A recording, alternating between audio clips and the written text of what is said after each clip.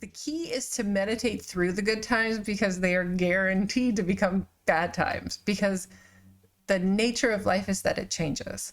So the groundwork that you're laying by meditating consistently through the good times makes it easier for the bad times.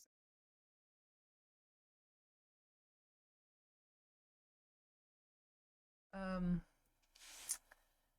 if you've ever been through a sobriety program of some sort, you may have encountered people talking about how the time that you're the most vulnerable to relapse is actually when you really have your sea legs and you have been sober long enough that it's sort of become your new lifestyle. Like sobriety is kind of more normal for you than being intoxicated was, which used to be your normal.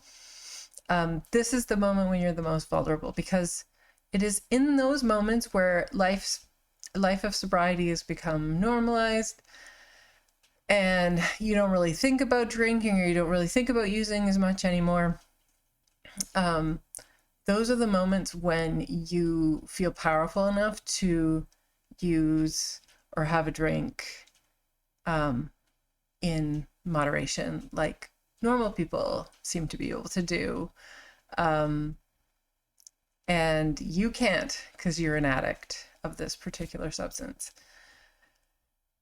So you become really vulnerable because there's a thought that creeps in. So let's say your substance of choice is alcohol. So I'm just going to use that because it's a pretty broad example, but applies to like any substance or any sort of serious addiction.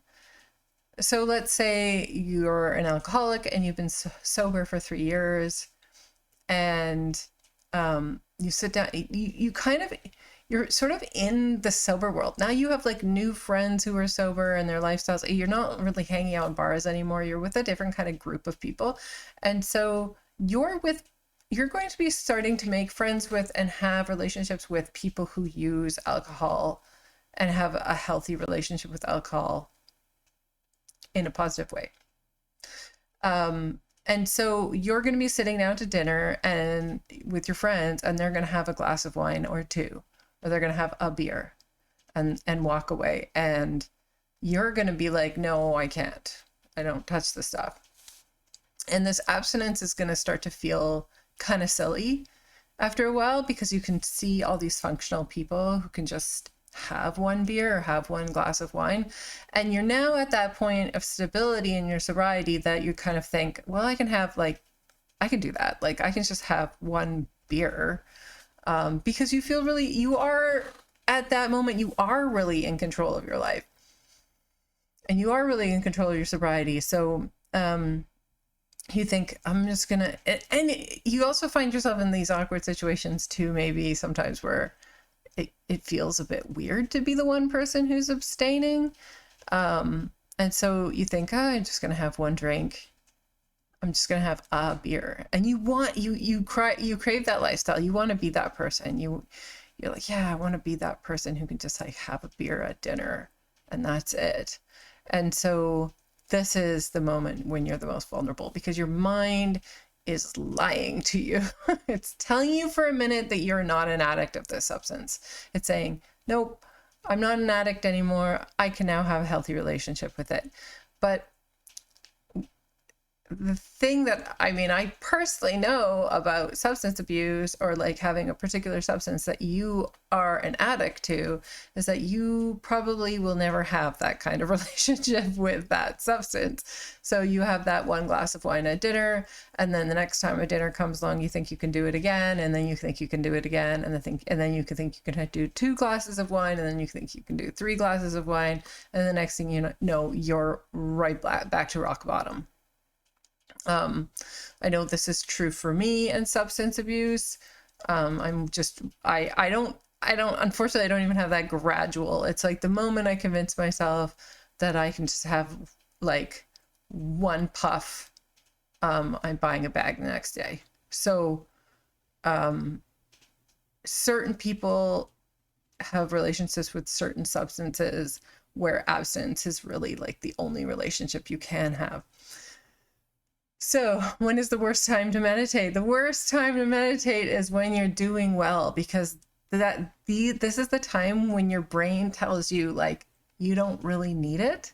And also because things are going well, you're excited to do things. So it's really hard to sit still because you've got, like when you're doing well, your body feels healthy. You want to get out, you want to be active. This is the last thing you want to do is sit still for an hour or whatever. When you're doing well, you have things on the go, you have maybe a good social life, maybe you're doing well financially. And so you don't really feel the need to meditate. Meditation is something that we tend to gravitate towards when we're going through a crisis. And because when you're in a crisis, there's kind of no escape, and you end up like searching for any tool to help you. If you're going through a rough time, it's really easy to they say there's no atheists in the foxhole. It's we tend to use our spirituality, the tools of our spirituality, as a way to cope with things not doing well in our lives. So that daily upkeep when you're doing well is really difficult, because you have to contend with a mind that is going to tell you you don't really need it right now, or that you can skip a day, or that there are other things that are on your agenda that are more important or still contribute to your mental health, so you don't really need it. This is when you're the most vulnerable to drop the ball. And the funny thing is that when you're meditating during a good time in your life and things are going well and you want to be doing other things, those are actually some of the most challenging meditations to get through, because you're so eager to move. You're so eager to do the next thing. You're so eager to participate in life, that sitting still for however long is actually quite torturous. And like I continuously say in all of my videos, the hardest meditations are the best ones. They're the ones when you're doing a lot of work. They're all good. But what I mean by the best ones is like, it's when you're clearing the most crap, right? So like anxiety comes as like it's a horrible feeling, right? Where you're like, I want to get out of here. It can come as a sense of like fear, but anxiety can also be a sense of like impatience. Like, I just want to get on to the next thing. So your anxiety is just presenting itself in a different way. And the key is to meditate through the good times, because they are guaranteed to become bad times, because the nature of life is that it changes. So the groundwork that you're laying by meditating consistently through the good times makes it easier for the bad times. And the bad times become like they actually lessen every time you go through another wave of bad times. They sort of lessen in their grab, their hold on you, their ability to really like take you out of your sense of well-being, if you have been consistently meditating through the good times. Because during those good times, you're still cultivating the awareness of how your mind behaves. You're still cultivating this distance between you and your thoughts. So when the bad times come, that muscle is built for you. So it makes it easier to weather the bad times because you stuck with it through the good times. And then the second part of the question is like, what's the worst time to meditate in terms of time of day? And the worst time is the best time. Again, I always find the most challenging time of day for me to meditate is the morning when I first get up. It is the nature of the mind to want to wake up when it wakes up. So you're immediately, you want to do shit. You just want to get shit done. You want to just get on with your fucking day. And also, I think that sleep has a tendency to stir things up or open things up. So you're like, I'm often surprisingly toxic when I go to meditate. Even if I wake up in the morning, I haven't had bad dreams, I had a good sleep, I feel fine. As soon as I go to meditate in the morning, I'm like, ugh, like it's a rat's nest in here. I do think this is a really good clean out time. It's a little spring cleaning if you do your meditation in the morning. So it's kind of the worst time to meditate is the morning, is kind of the most frustrating and uncomfortable. For me personally, I find nighttime meditations much easier. My body is winding down, my mind is winding down, so meditating tends to be a little bit of a softer process for me. Nevertheless, I think any time of day is a good time of day to meditate.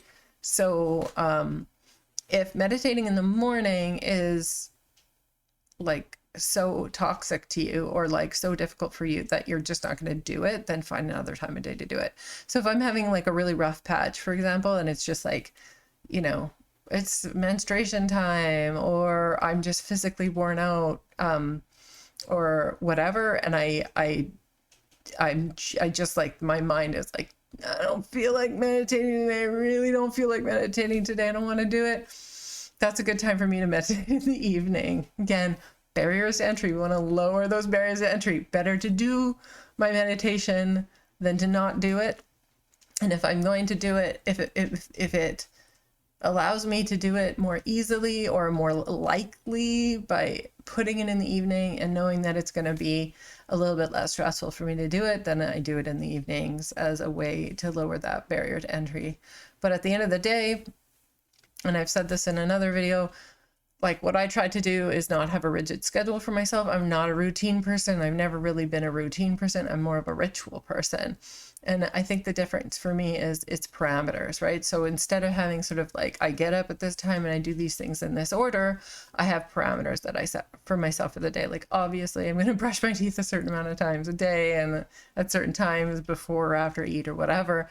But there isn't like, it has to be at 7:30 every day kind of thing. So I meditate within a parameter. I do an hour of meditation every day. That's my parameter. After I finish this year commitment, because I'm doing this for a year, 1 hour a day, when the year is complete, I'm probably going to up the ante a little bit on that, put a little bit more restrictions on me in terms of what time of day or how long my meditations are. But right now, this is the best I can do. And it's making massive transformative changes in my life, because I know I'm a broken record.